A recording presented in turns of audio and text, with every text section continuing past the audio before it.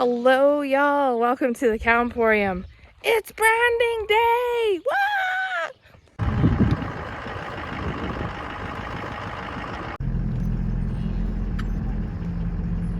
Oh, look at their calves are all sorting themselves, Glenn. Yeah, this isn't going to be any work at all.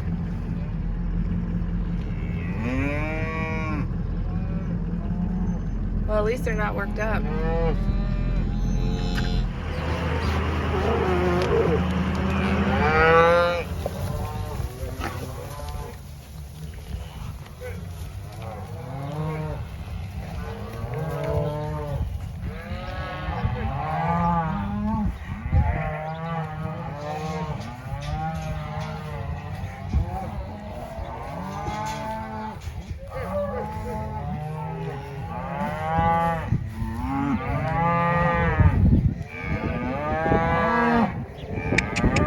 Hi, girls. Let's go. You can have a drink later. Come on. Oh. All right. Okay, you gotta hurry. Let's go.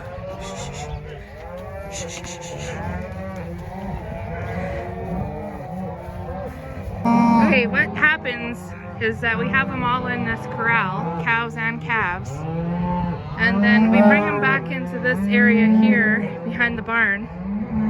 And this actually feed trough is kind of a big part of our sorting, because usually what happens is the cows and calves will come in here, and the cows have done this a lot. The calves have never done this, never sorted. So they come around the feed bunk here, and the cows will come this way. Glenn and I will be playing defense, and his dad will be opening the gate here just to let the cows out, because we want to keep the calves in. So yeah, we have a really good video on sorting cattle, how we sort cattle. So if you are interested, I'll put an e-card link at the top right here. So yeah. One of the kind of, not really problems, but one of the things that happens is the sun is not high enough yet in the morning. It's about, I don't know, 7:30 a.m. here. And the shadows are cast on the ground by this fence. So sometimes with the sun in their eye and the shadows, they can't see us. So we have to remember to be really careful. So we'll be careful.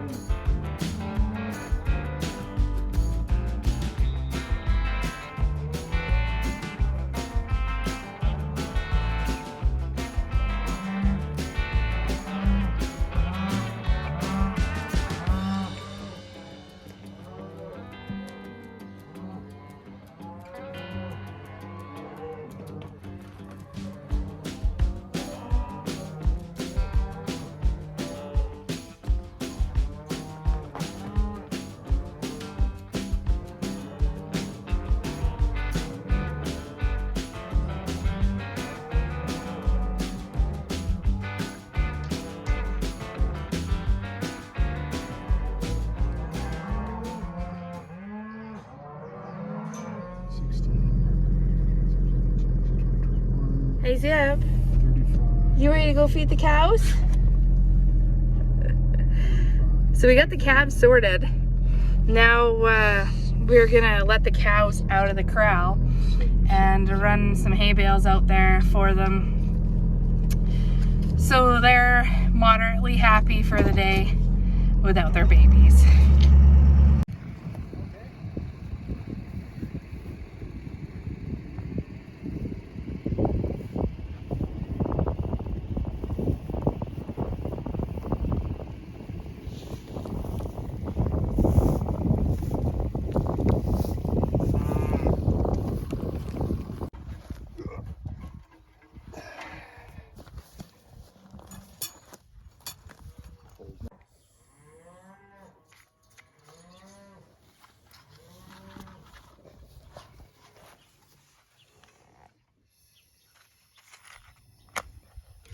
Oh, missed.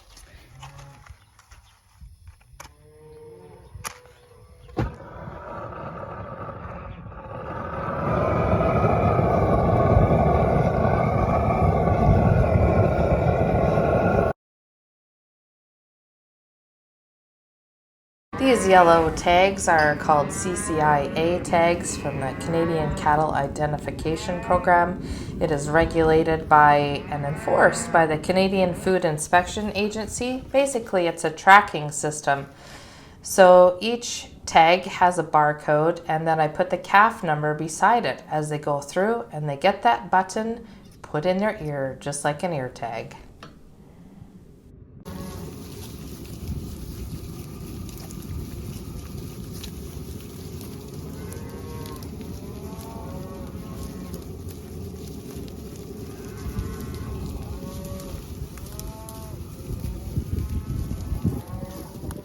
Another step to branding is vaccinating. We use the Bovishield Gold program, and each calf will get 2 vaccinations. One is 5 cc's and one is 2 cc's. And I use a 16 gauge needle that is 3/4 of an inch long because each of these needles is given under the skin, which means it doesn't go in the muscle. It just goes between the skin, in that open area between the skin and the actual flesh of the animal.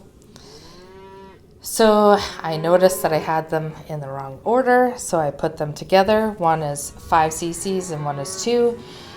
The one that is 2 cc's has a dried component to it, and it comes like that in a vacuum sealed container with a sterile diluent.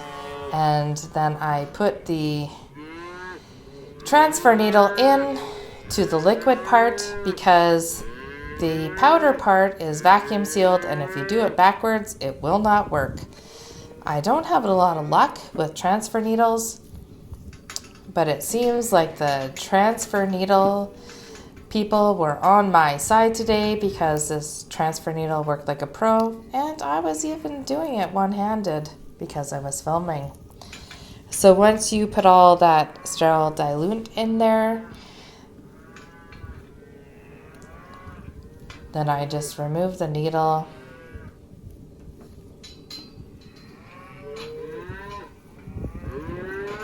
and you can see that the powder is in there.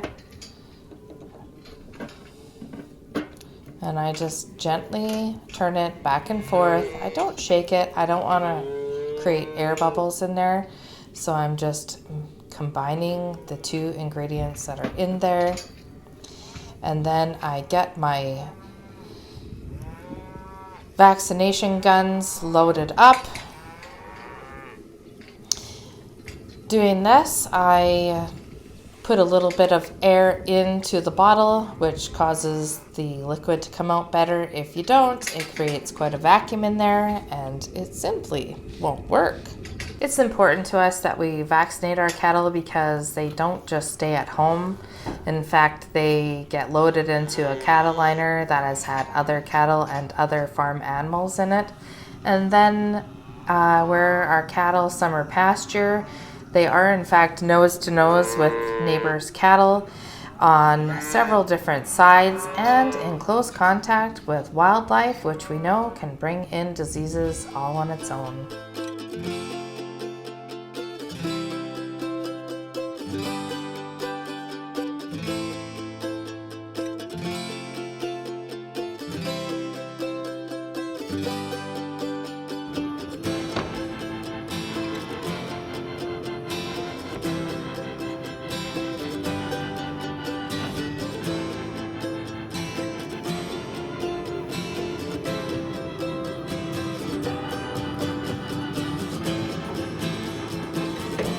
Like an inchworm.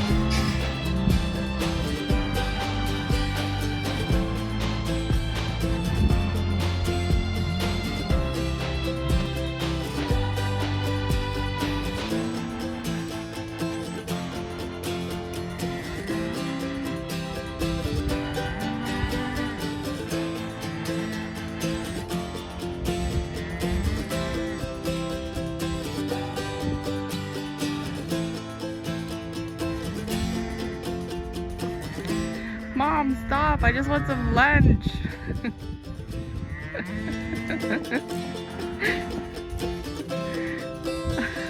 Oh my goodness.